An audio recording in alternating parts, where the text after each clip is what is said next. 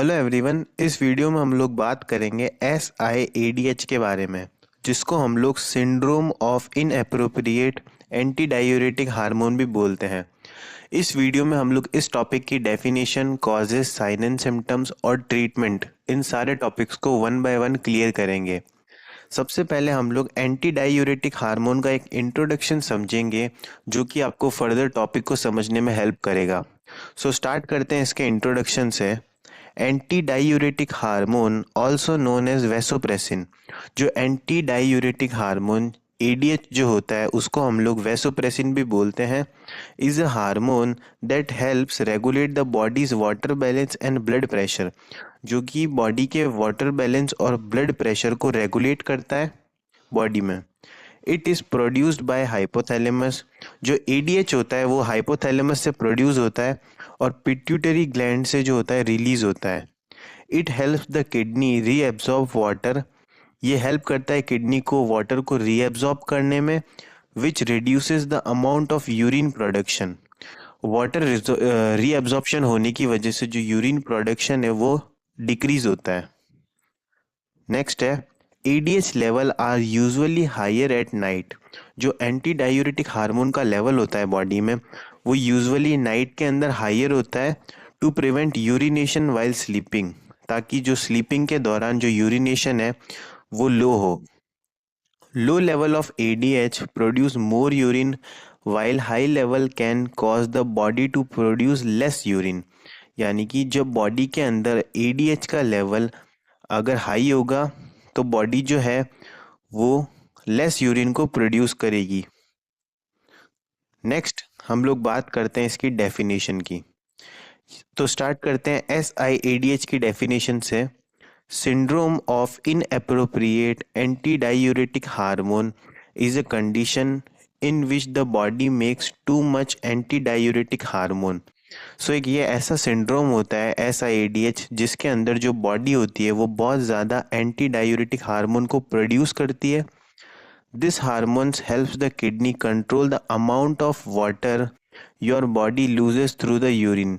सो जैसा कि अभी हमने देखा कि ये जो हार्मोन होता है वो बॉडी को कंट्रोल करता है कि बॉडी कितना जो अमाउंट ऑफ यूरिन है वो प्रोड्यूस करेगी। This cause the body to retain too much water.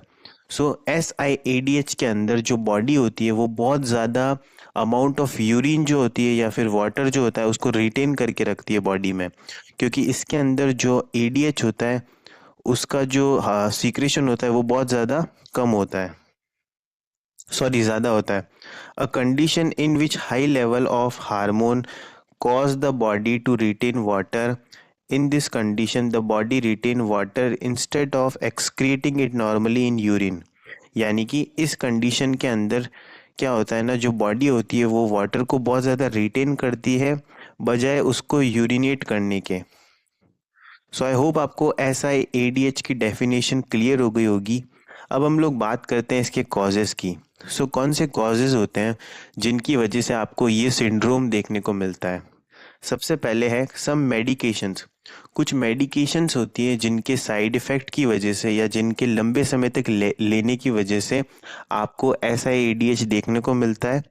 जैसे कि कुछ मेडिकेशंस कौन सी है, टाइप 2 डायबिटीज़ ड्रग्स। जो टाइप 2 डायबिटीज़ ड्रग्स होती है उनके साइड इफ़ेक्ट की वजह से ये देखने को मिलता है।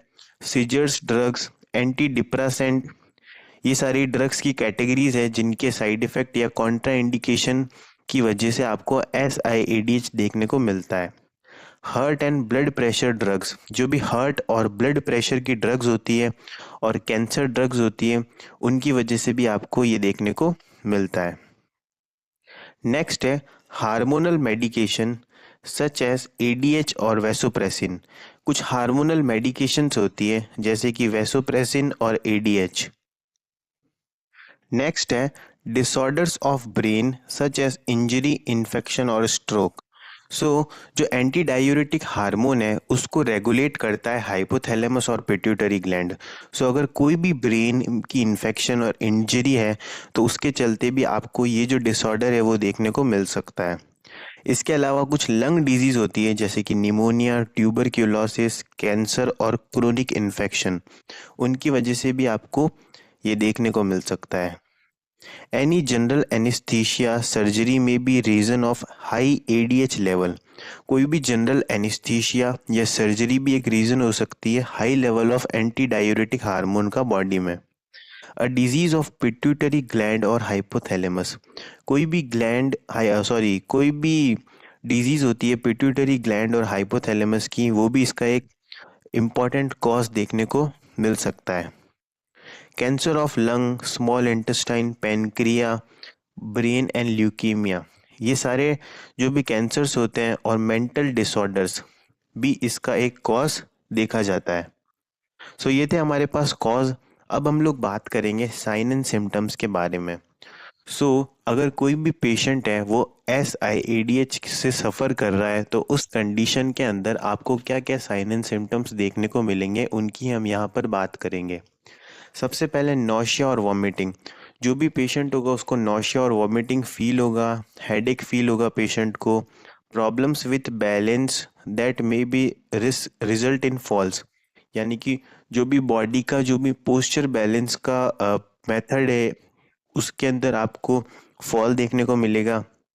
मेंटल चेंजेस देखने को मिलेंगे, कंफ्यूजन और मेमोरी लॉस और स्ट्रेंज बिहेवियर भी आपको यहाँ पर देखने को मिलेगा।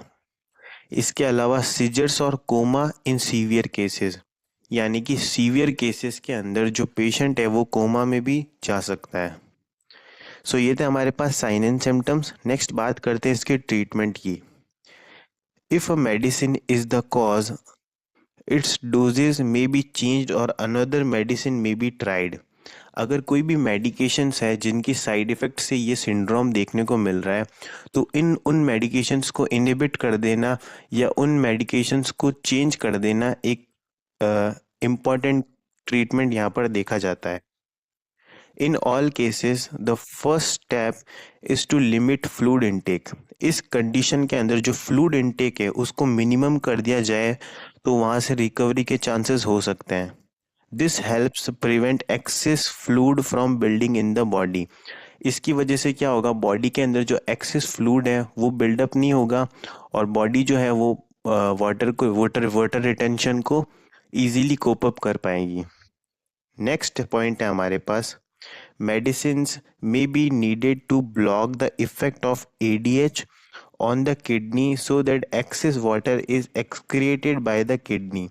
यानी कि जो कुछ मेडिकेशंस होती है जो कि एंटी डायूरेटिक हार्मोन जो होती है उसकी इफ़ेक्ट को ब्लॉक करती है बॉडी के अंदर, उन मेडिकेशंस को देने की वजह से जो एक्सेस वाटर है वो बॉडी अपने आप एक्सक्रिएट कर सकती है। सो ये था हमारे पास ट्रीटमेंट। सो आई होप आपको पूरा टॉपिक समझ आया होगा। समझ आया तो please like, share and subscribe the video. और अगर आपको इस टॉपिक की कंप्लीट PDF अपने फ़ोन में चाहिए तो आप टेलीग्राम चैनल NSG लाइब्रेरी से जाकर इसको डाउनलोड कर सकते हो। इसके अलावा अगर आप भी कोई भी नॉसेट, ESIC, DSSS-B या फिर कोई भी नर्सिंग कॉम्पिटिटिव एग्ज़ाम की प्रिपरेशन कर रहे हैं तो डिस्क्रिप्शन में कुछ इम्पॉर्टेंट बुक्स के PDF और उनके लिंक को एक बार ज़रूर चेकआउट करना। Thank you.